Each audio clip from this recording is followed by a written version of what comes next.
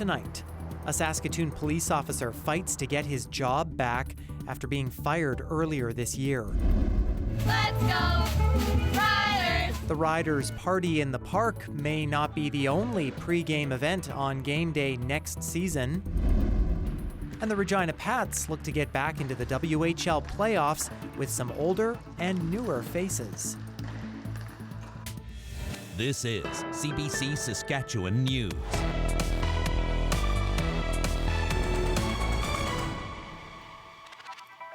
It is Friday, September 19th, and the CBC Saskatchewan News starts right now. I'm Ethan Williams. Thank you for joining us. A Saskatoon cop fired over his friendship with an associate of an outlaw biker gang took his turn on the witness stand Friday. The former officer is trying to get his job back this week at an appeal hearing. Jeremy Warren has our top story. Robbie Taylor says he's a good cop who likes to help people in tough situations. The former Saskatoon police sergeant was fired in March over concerns about his friendship with a known Hells Angels associate. Taylor is appealing to get his job back at an independent hearing. On Friday, he got to tell his side of the story. His lawyer says he's having a tough time. He continues to suffer from this pending hearing. I mean, you don't need to look far to hear. You see the headlines, and then people start saying all sorts of things that are profoundly untrue, and he has to wait his turn to be able to respond to that, and that's really difficult for him.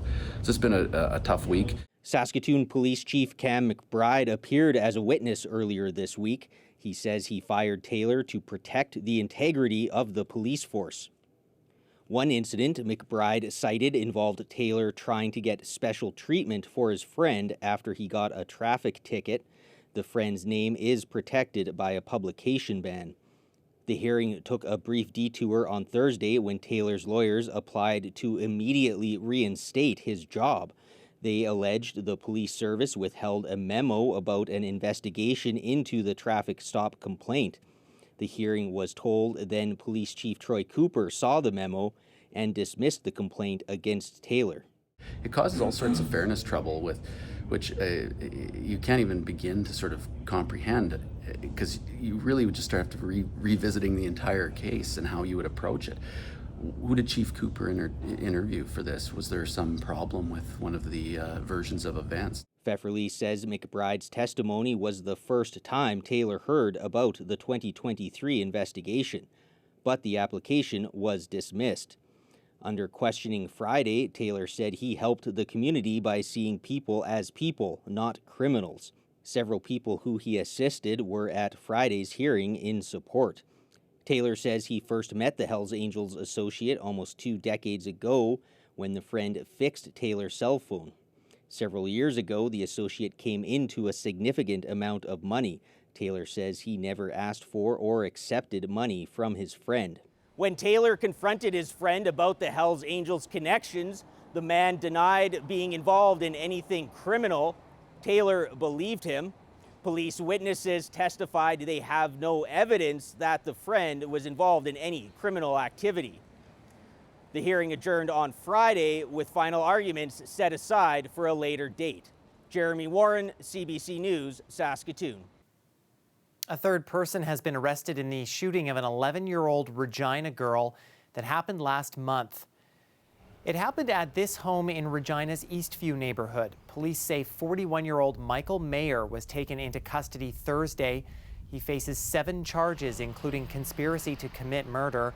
2 other men are accused in the case, facing similar charges. They were arrested earlier this week. The girl's father tells CBC she is doing well after being struck by a bullet inside her bedroom. He says a total of 23 shots were fired at the home. Crown prosecutors are trying to get a high-profile cannabis impairment case back in a Saskatoon courtroom. Taylor Kennedy was charged with impaired driving causing death in 2021. Kennedy struck and killed a 9-year-old girl with her pickup truck as the girl was crossing a street. Kennedy admitted she had vaped cannabis and microdosed mushrooms the day before the accident, but a provincial court judge stayed the charge against her in December, saying the trial had taken too long under Supreme Court-issued timelines. The Crown is now arguing the judge made several errors when calculating trial length and errors when considering what kinds of delays were appropriate under Supreme Court guidelines. It's asking the Court of Appeal to lift the stay of proceedings and put the case back before a trial judge. The federal government has tabled a new bill aimed at cracking down on hate crimes and protecting places of worship. The legislation would create 4 new hate-related criminal offenses, including one that would make it a crime to intentionally promote hatred against identifiable groups. In addition to these new offenses, we are taking certain steps that will make it easier for law enforcement to take action. This comes directly from feedback that we've had with conversations with law enforcement over the course of the summer, including adding a definition of hatred to the criminal code, which codifies the test laid out by the Supreme Court of Canada. If passed, the legislation would target symbols used to attack Jews during the Holocaust or those associated with the government's list of terrorist groups. That includes the Proud Boys, Hamas, and Iran's Islamic Revolutionary Guard Corps. It would also clamp down on those who intimidate and obstruct places of worship and other sensitive institutions. Saskatchewan Liberal MP Buckley Belanger was in Saskatoon Friday to talk up the federal government's action to address Canada's housing crisis. Earlier this week, Prime Minister Mark Carney announced the creation of a new federal agency called Build Canada Homes. The goal is to build more affordable homes as quickly and efficiently as possible.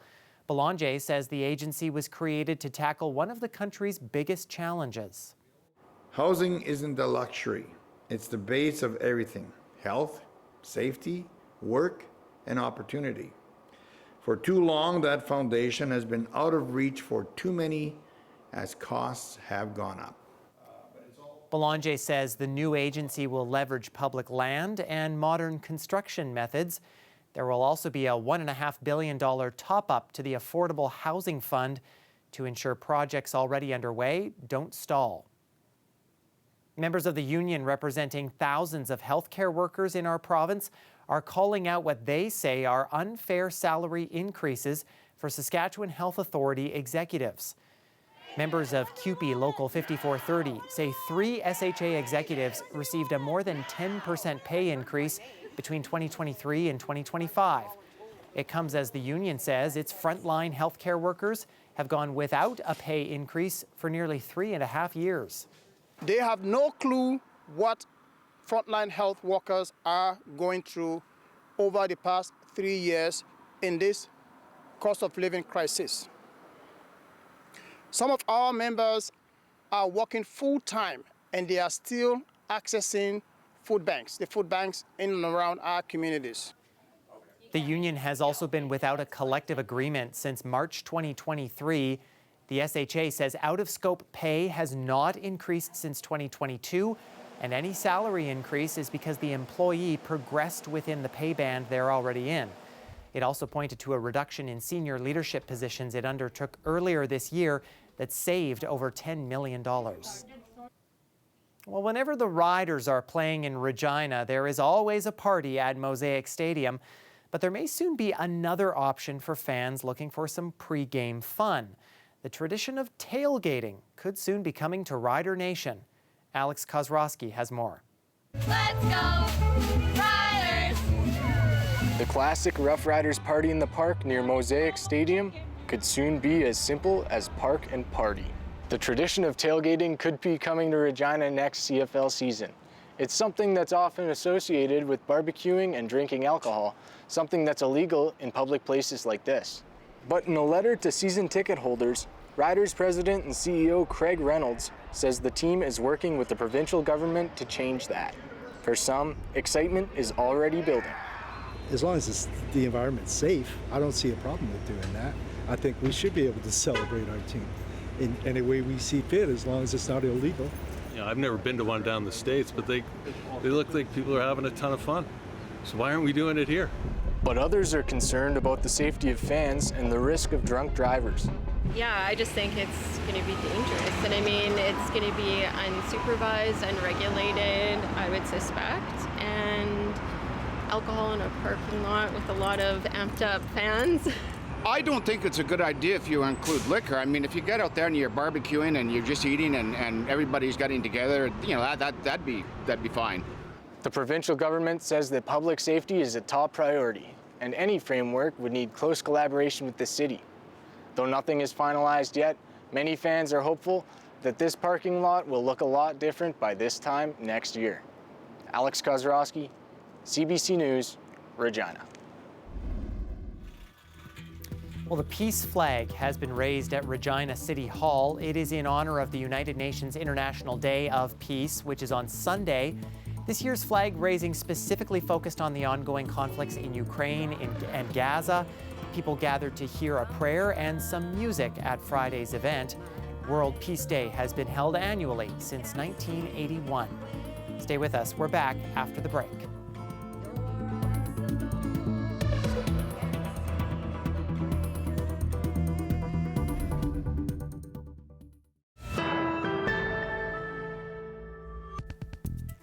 The Western Hockey League season kicks off Friday across the province, and this week we've been giving you a preview of what we can expect from WHL teams in our province.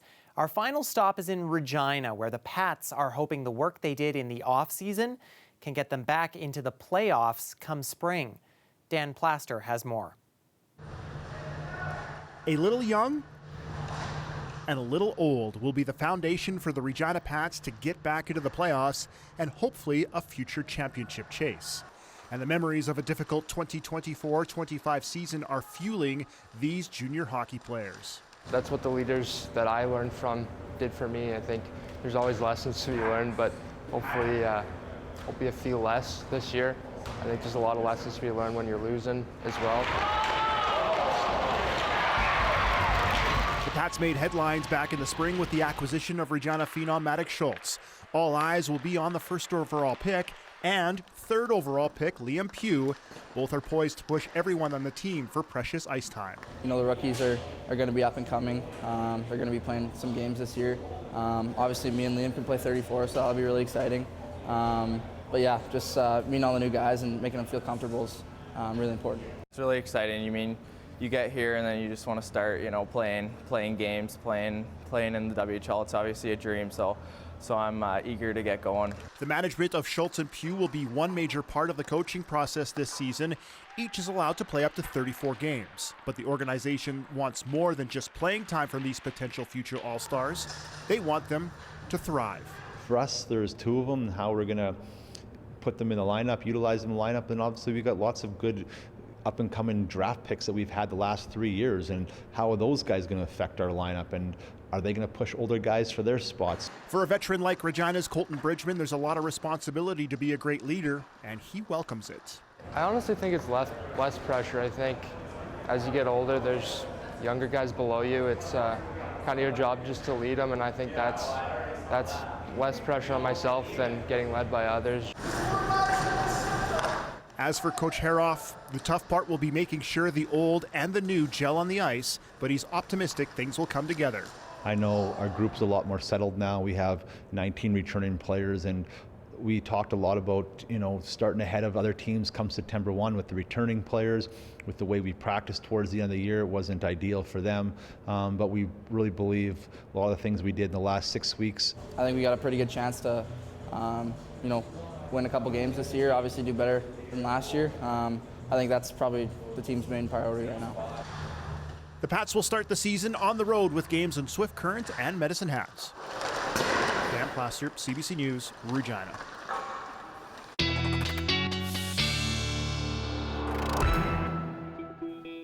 Well, a gorgeous final Friday of summer across the province, and looks like our final weekend of the summer is going to be just as nice as well. Here's Riley Lachuk with a look at our forecast. Hi, Riley.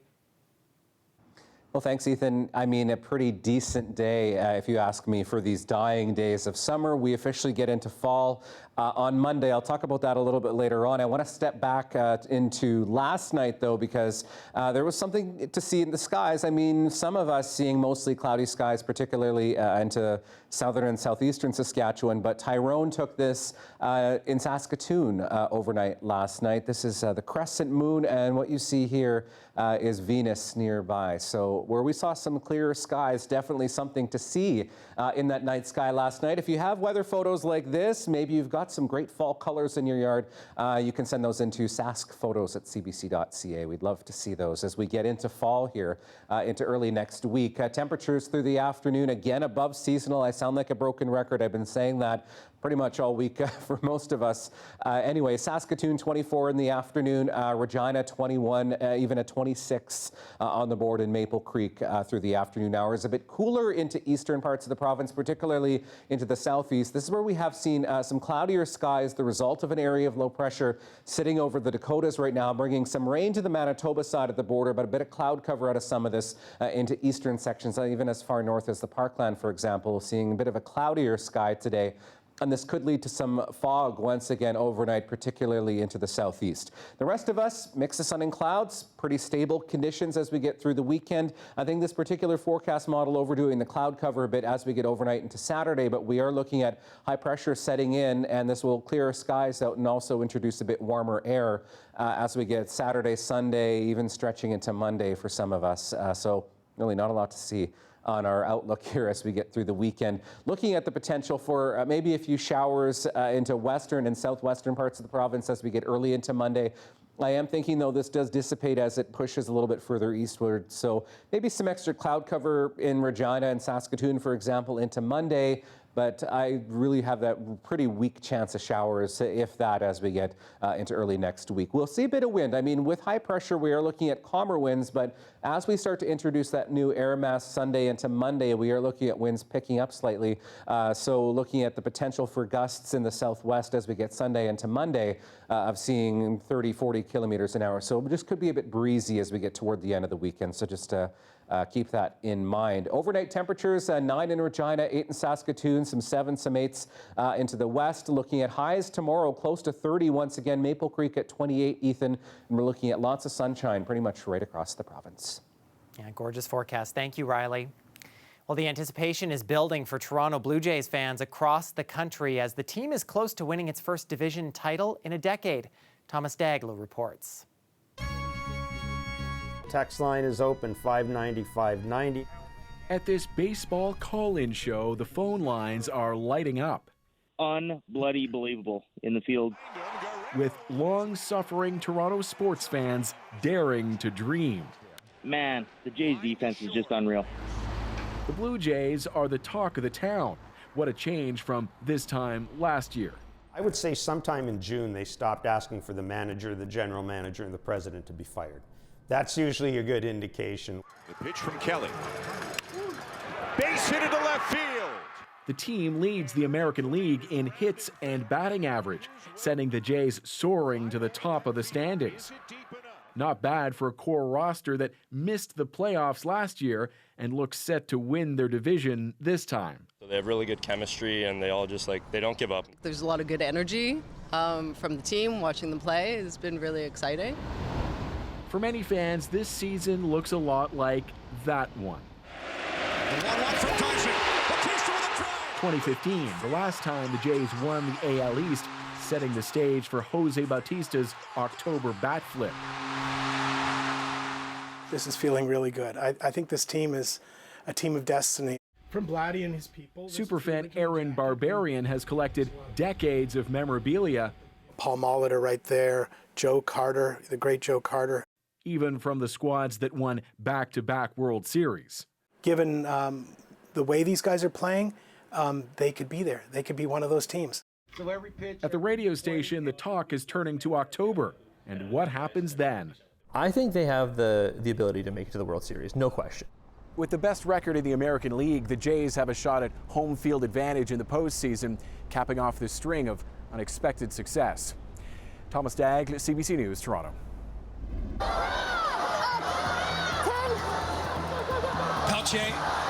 Peltier the skipper, Tessier is in! Less than 3 minutes into the second half, Canada's on the board with their 5th try. Well, Canada's national women's rugby team is moving on to the final at the Rugby World Cup in England. It was a tough test against the defending champions New Zealand. In the end, Canada scored 6 tries in a 34-19 victory. Canada will now play the winner of Saturday's semi-final, which sees hosts England taking on France. Stay with us. We're back after the break.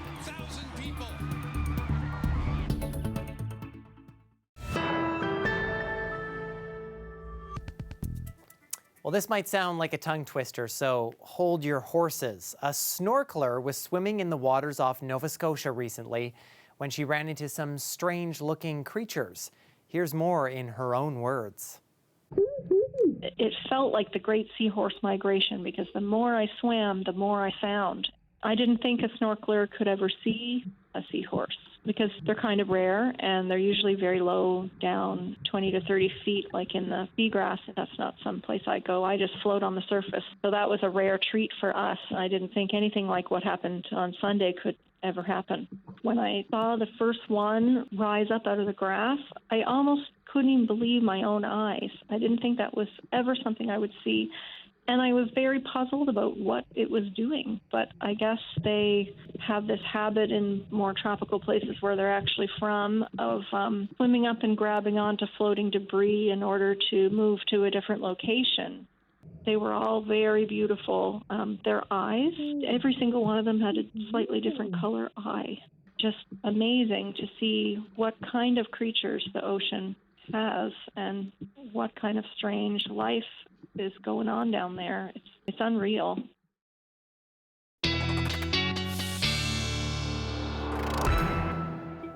So the autumn equinox happening as we get into Monday. This is one of 2 times per year. We also see it in the spring where we have equal day and night, just where we have the Earth's tilt and where we are in relation to our year. So autumn officially beginning 12:19 in the afternoon on Monday, and you wouldn't know it by looking at some of these temperatures that we're looking at through the weekend. So Regina up to 29 degrees on Sunday. Gorgeous weekend if you have any outdoor plans. Mostly sunny skies. A bit of a dip on Monday. You'll notice some of the overnight temperatures back into the single digits once again, but overall looking at a very warm week ahead. Wednesday 28 degrees, 24 mainly sunny for Regina as we get into next week. Much the same for Saskatoon.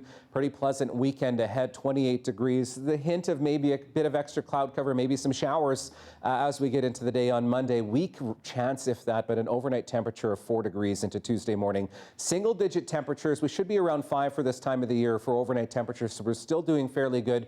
And Ethan, again, looking at temperatures high-wise, well above seasonal for this time of the year as we get into next week. Yeah, I know we'll be watching for some records falling too. Thank you, Riley. Well, that is our news for this Friday. And for more news anytime, you can always head to cbc.ca/sask or subscribe to the CBC Saskatchewan YouTube channel. You can also download the CBC News app on your smartphone or tablet. Thanks so much for watching. Have a great weekend.